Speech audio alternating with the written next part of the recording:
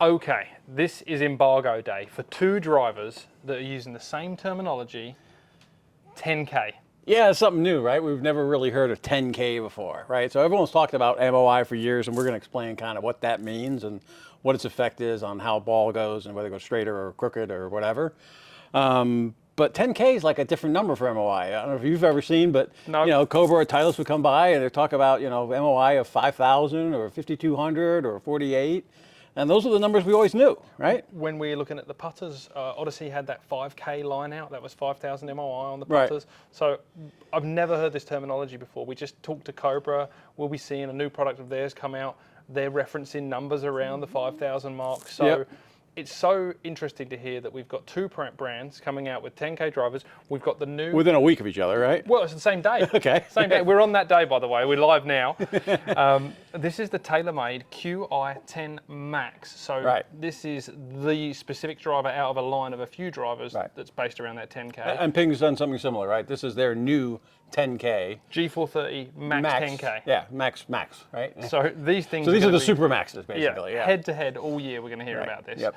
But what I want to do is let's talk a little bit about the, I guess maybe marketing or design stories, Right. and what they've created, and then maybe we'll go into the machine that we've got here next to us, and you can help everyone understand the real technology. Right.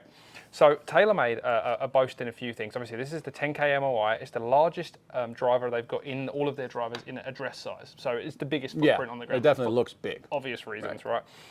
And they've done this with what they're calling, I believe, is an infinity crown. 97% of this crown is carbon.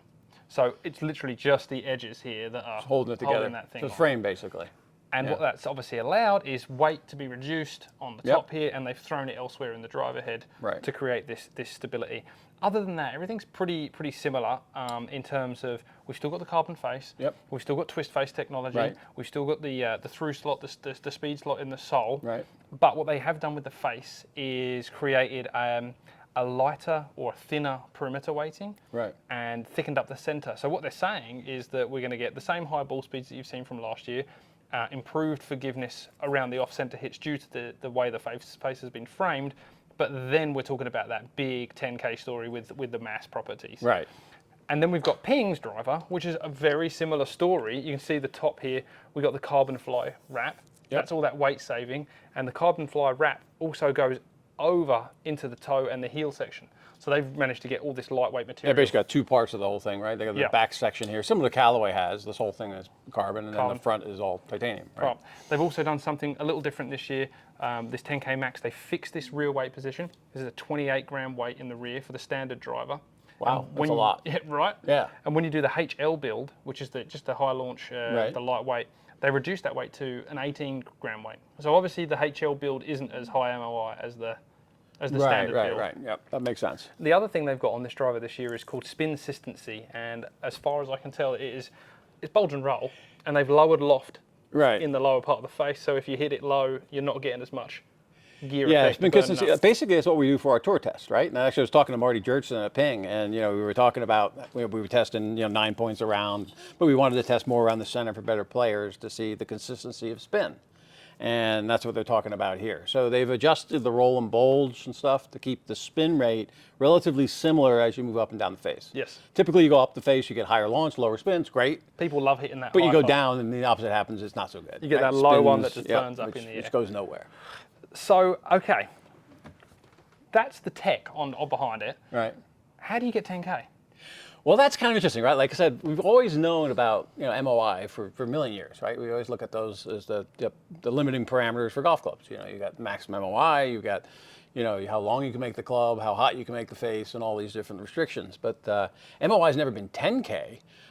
We've always talked around 5 was good, right? But what they're doing differently, and they're both saying the same thing, obviously, right? Yeah.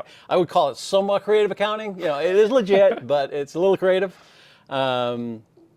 It's kind of like saying I made a profit on this side, a profit on that side, I add them together, I get 3 times. But it didn't really work that way. But the MOI difference is, I've got actually one of our MOI machines here, right? And we're going to actually start doing this year, and we haven't decided we're publishing the numbers yet. Please let us know if you think that's a good idea. Right. Some people won't. But we have actually done MOI testing in the past. Dr. Tom Mace does it. This is a little over my head with the math and how to work it out. But essentially, this is an MOI machine, and we've had this for like 20 years. It's still state of the art. It hasn't changed much. But essentially, you mount the club so it's in the center, and you basically just let it rock. And this is a traditional measure. This is what we would have seen the original measures look like. This would be the 5K number you're talking about, right? So it could be 48 or 46 or 51 maybe. But this resistance to twisting is basically how long does it take to slow down, right? So the center's all in the middle, it slows down pretty quickly. The further you put the weights apart, like a top, right? That's the whole concept. You spin a top, the weights are far apart, it stays like that for a long time. So basically it's how slowly does this thing slow down, and the longer it's moving, the better MOI. Better MOI, okay. So, and this plane that we're looking at from your angle here is essentially, if the ball is struck away from the center of gravity in the horizontal plane, it's reduction of movement in these. Right. In this so that's the way we've always thought about it, heel and toe, right? But now what they've done this year is they've got a new one. So they're adding the two together. Not only are they measuring MOI this way, but now they're saying, well, wait a second, you hit it toe or high, and then you have MOI this way. Right. So what that would affect the vertical launch. It's a vertical and horizontal, basically. They're measuring both ways.